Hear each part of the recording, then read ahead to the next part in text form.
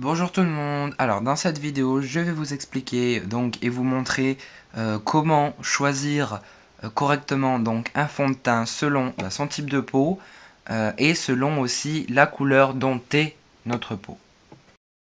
Donc voici le fond de teint que moi j'utilise. Donc c'est un fond de teint qui me sert pour du maquillage artistique. Donc c'est un fond de teint qui est bas de gamme. Donc, si c'est un fond de teint qu'on utilise, bien évidemment chaque jour, il va falloir premièrement, pour tout type de fond de teint, peu importe lequel il soit, que ce soit un fond de teint clair, un fond de teint foncé, un fond de teint pour peau sèche, un fond de teint pour peau grasse, etc. C'est partout pareil, il faut vraiment utiliser un fond de teint de bonne qualité si on en met tous les jours. Après, pour ce qui est du maquillage artistique, c'est un petit peu plus différent. Si on veut porter quelque chose toute une journée, il est éventuellement préférable d'utiliser un fond de teint beaucoup plus haut de gamme qu'un fond de teint très simple, normal. Celui-ci, c'est un fond de teint bas de gamme. J'ai un fond de teint haut de gamme aussi. Mais ce fond de teint-là me sert plutôt pour des couvrances euh, rapide et surtout partielle. Donc qu'est-ce que j'entends par partielle? C'est vraiment pour une peau vraiment blanche. Donc je vais vous montrer la texture de celui-ci. Voici la couleur qu'il a. Donc si l'on l'étale un petit peu, voilà vraiment la couleur qu'on obtient. Donc c'est vraiment un fond de teint très léger. Et sur les peaux blanches, ça les rend un peu plus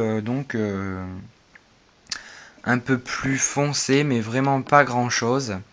Et ça a vraiment une couvrance assez légère et pas très très forte, donc c'est juste parfait pour du maquillage partiel en quelque sorte. Donc faut savoir aussi que tout ce qui est fond de teint dans ce genre, ce n'est pas pour des couvrances, c'est plutôt pour des bases.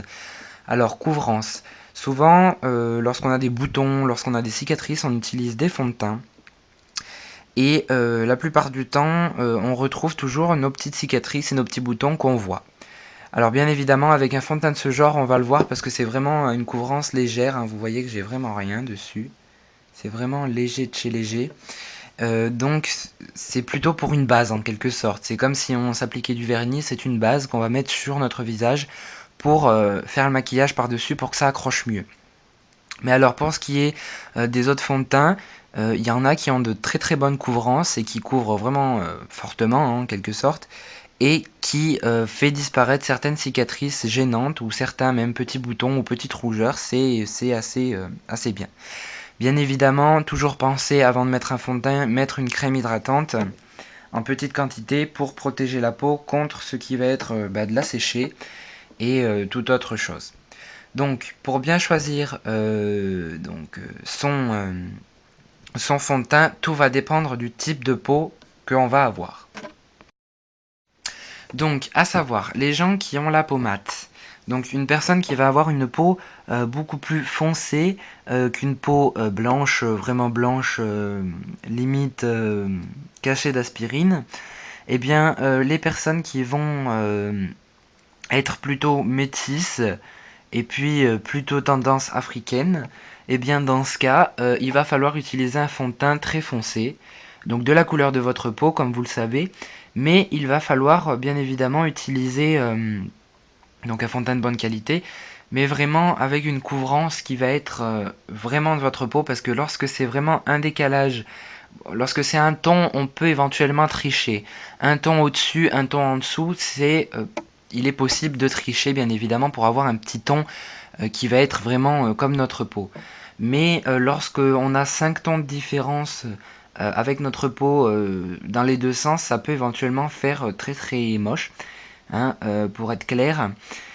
Vraiment, il va falloir utiliser un fond de teint qui va être en adéquation en quelque sorte avec votre peau, parce que ceux-là vont avoir une couvrance forte, et à ce moment-là, ils vont plus se voir que celui-ci, bien évidemment, que j'utilise, parce que c'est vraiment du fond de teint pour faire une base, premièrement, et ensuite faire pour que le maquillage accroche. Et troisièmement, on peut rajouter pour que ça camoufle un petit peu. Donc c'est bien évidemment à choisir correctement. Pour les peaux très très blanches, eh bien dans ce cas, ne même pas utiliser de fond de teint. Parce que pour ce qui est peau blanche, je ne trouve...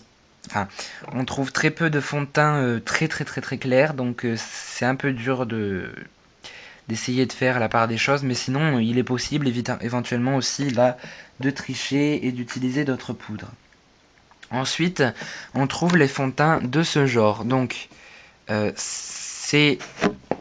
c'est une poudre compacte. Donc, c'est à mettre par-dessus le fond de teint. C'est pour finaliser un peu le teint, pour le rendre un peu plus joli et graineux, sans le faire paraître superficiel. Mais ça va vraiment être une poudre qui va être très très légère. Donc, quand on l'étale, c'est vraiment vraiment vraiment léger. Voilà, vous voyez que c'est pas très visible. Mais pour les personnes qui ont, par exemple, la peau claire, il serait intéressant d'utiliser une poudre compacte. Eh bien, tout simplement, on ne va pas utiliser le fond de teint, mais la poudre compacte. Alors, la poudre compacte, je le rappelle, les peaux grasses, vaut mieux y éviter, parce que la peau va sécréter du sébum, et à ce moment-là, la poudre va être en quelque sorte absorbée par le sébum que votre peau aura fait. Et donc, bien évidemment, au bout d'un moment, il va avoir des tendances à disparaître et on va revoir réapparaître les imperfections et tout ce qui s'ensuit. Donc, bien évidemment, pour les peaux grasses, utilisez un fond de teint fluide, donc un fond de teint liquide, ce serait mieux.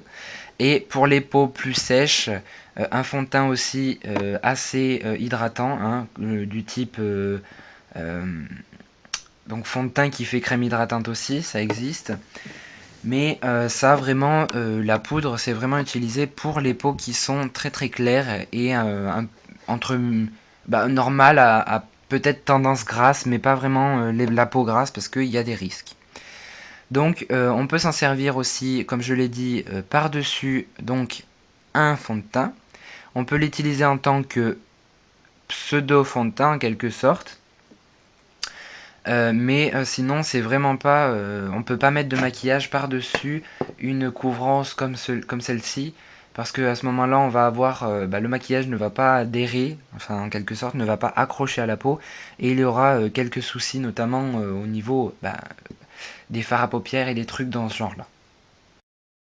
Donc il est éventuellement possible d'opter pour un crayon anti-cerne. Alors le crayon porte le nom d'anti-cerne, mais on peut l'utiliser. Alors certains maquilleurs professionnels l'utilisent pour de la luminosité au niveau des lèvres.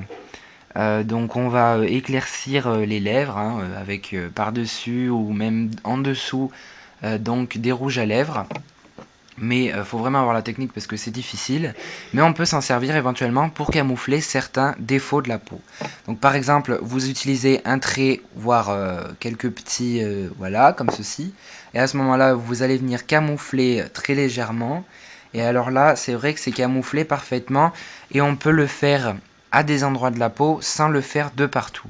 Donc c'est vrai que ça peut être comment dire, une déviation du fond de teint, mais c'est vraiment pas une couvrance comme le fond de teint, c'est vraiment une couvrance assez légère et puis faut vraiment pas faire de maquillage par-dessus parce que bien évidemment si vous avez du crayon anti-cerne sur un côté de la joue et que de l'autre vous n'en avez pas, si vous mettez du blush par exemple, la couleur risque de pas prendre de la même façon, donc vous pouvez avoir admettons un rose très pâle assez foncé au niveau du crayon anti-cerne et ensuite au niveau de l'endroit où il n'y aura pas de crayon anti-cerne un rose beaucoup plus pâle et dans ce cas là il y aura un petit décalage entre les deux, donc c'est vrai que c'est une astuce et une déviation mais faut vraiment pas faire de maquillage au dessus, vraiment je vous le conseille pas.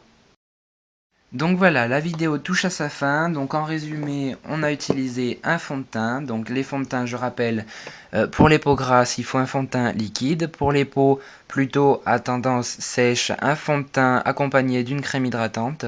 Pour les peaux normales, un fond de teint normal. Et donc pour les peaux très blanches, donc utilisez une poudre compacte ou une poudre directement à fond de teint, hein, une poudre fond de teint, ça existe. On en trouve partout dans les magasins. Donc c'est vraiment pour une couvrance légère et sans maquillage par-dessus. Ou encore, troisièmement, vous avez la solution du crayon anti-cerne.